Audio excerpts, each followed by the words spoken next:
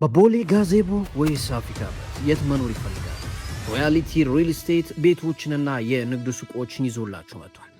ለንግድ ሱቆች ከ10 ካሬ ጀምሮ 64.87 ካሬ ሙሉ ክፍያው 2,728,160 ብር ጀምሮ። ለመኖሪያ ቤቶች ሙሉ ክፍያው ባለ 1 86.61 ካሬ 9,104,510 ብር 10% ቅድመ ክፍያ ብቻ ባለቤት የሚሆኑበትን እድል ለጥቂት ቀናቶች የሚሆን የ30% ልዩ ቅናሽ ይዘንሎት መጥተናል።